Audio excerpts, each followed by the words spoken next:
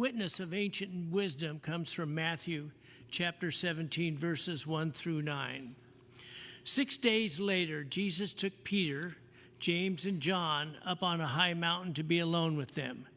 And before their eyes, Jesus was transfigured, his face becoming as dazzling as the sun and his clothes as radiant as light. Suddenly, Moses and Elijah appeared to them, conversing with Jesus. Then Peter said, "Rabbi, how good that we are here. With your permission, I will erect 3 shelters here, one for you, one for Moses, and one for Elijah." Peter was still speaking when suddenly a bright cloud overshadowed them. Out of the cloud came a voice which said, "This is my own, my beloved, on whom my favor rests. Listen to him." When they heard this, the disciples fell forward on the ground, overcome with fear. Jesus came toward them and touched them, saying, "Get up, don't be afraid." When they looked up, they did not see anyone but Jesus. As they were coming down the mountainside, Jesus commanded them, "Don't tell anyone about this until the chosen one has risen from the dead."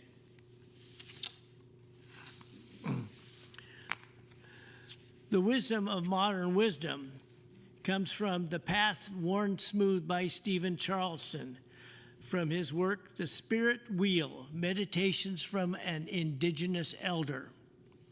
If you are walking along a difficult path, you may find it worn smooth by the number of others who have had to pass this way before.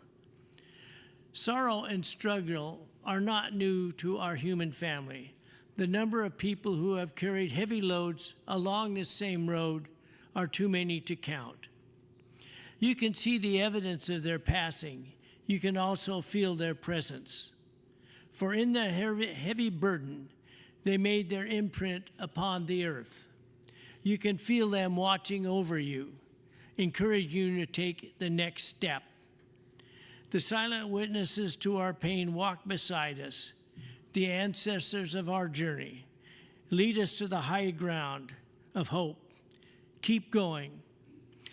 God is still peace speaking, and we are still listening. Thanks be to God.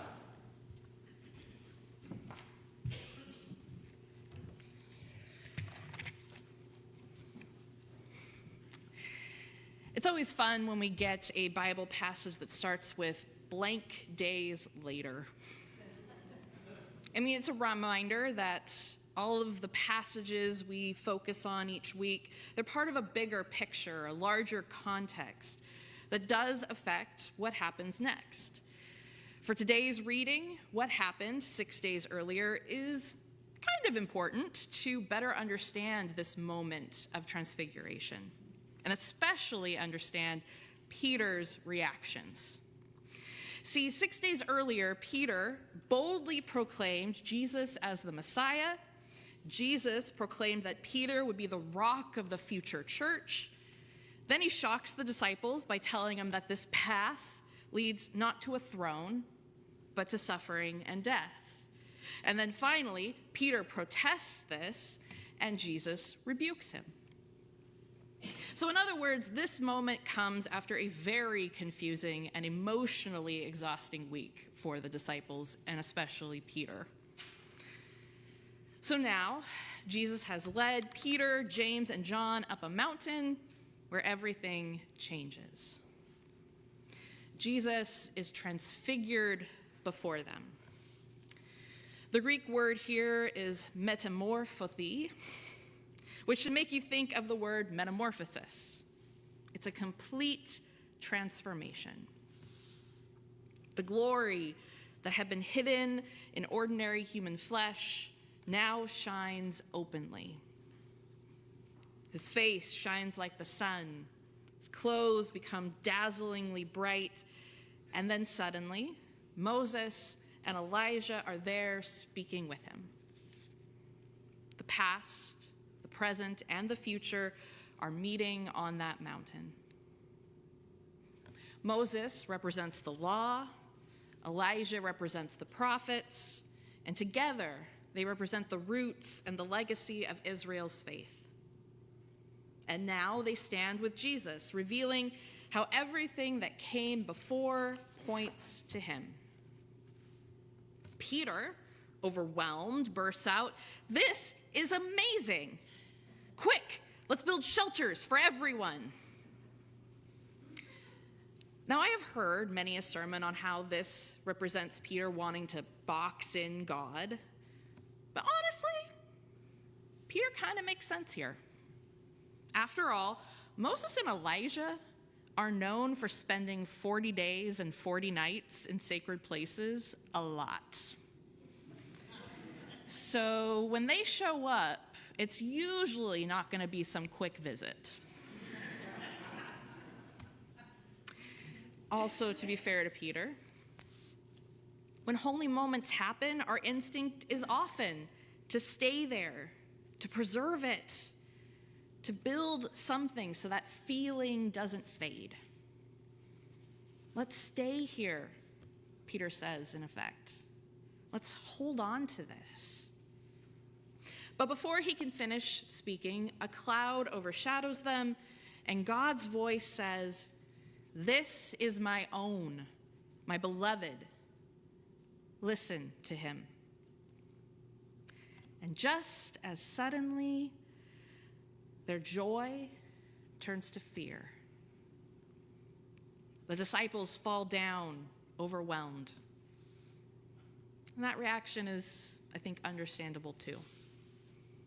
How quickly we can move from amazement to fear when God truly comes close. When faith stops being an idea and becomes real and immediate. So it is a gift when Jesus touches them and says words that he repeats throughout Matthew's gospel and many of the gospels. Do not be afraid. In the Gospel of Matthew, he says these words when he sends the disciples out into their mission. He says it when they see him walking on water. He says it here on the mountain. And the next time in this gospel he will say these words is after the cross, after death, after resurrection. Do not be afraid.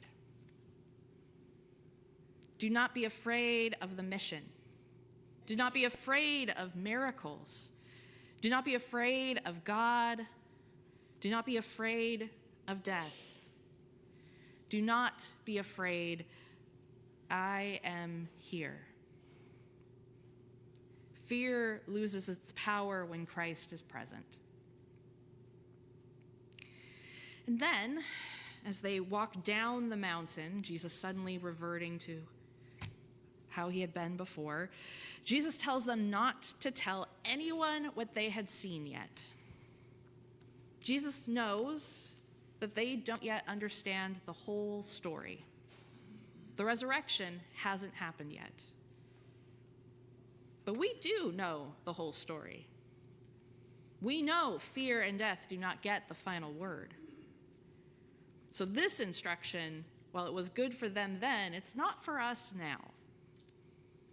We are called to tell the story, to share hope, and speak of light breaking through fear. And the one way we loosen fear's grip is by naming it. Bringing fear into the light takes away some of its power. There are many people facing many fears in the world today. There are many people facing many fears just here in Hillsborough. And evil likes it that way. When we hold our fears inside, we let them take us hostage. But we have the power to say no. Recently, I was a part of a local vigil. Pastor Adam and several other Hillsborough pastors, we gathered at Hillsborough United Methodist. And as a part of that gathering, we invited everyone to name their fears. And this naming was heavy and emotional in the moment. But as we spoke them, as the fears were verbally said It was freeing, and in the end, hope-giving. It was a gathering that was a spirit-filled mixture of tears and smiles. Fear often convinces us that we walk alone, that our struggles are unique, that no one has faced what we have faced. But as Stephen Charleston writes in the poem we just heard, if you are walking a long and difficult path, you may find it worn smooth by the number of others who have had to pass this way before. Peter was walking a difficult path. In 1 week, he named Jesus as Messiah, learned he would be building the church, heard that Jesus must die, tried to stop it, got yelled at, and now he witnesses Jesus shining in divine glory. Confusion, hope, fear, wonder, all mixed together. The poem continues, the silent witnesses to our pain walk beside us. The ancestors of our journey lead us to the high ground of hope. Keep going. We never walk alone. Others have walked before us, others walk beside us, others will follow after us. And through it all, Christ is there too, saying, do not be afraid. Now, this mountain moment doesn't last. They must return back down where life is waiting. But we know that healing, conflict, confusion, and eventually the cross still lie in front of them. But they don't go back down unchanged. That light has shined, that light has changed everything. And in a similar way, as we walk forward together, we don't walk in darkness. The song we're going to sing in a moment, Thy Word, is one that I grew up singing, but I think it's really appropriate for this because, as it says, Thy Word is a lamp unto my feet and a light unto my path. The path may be long, may be hard,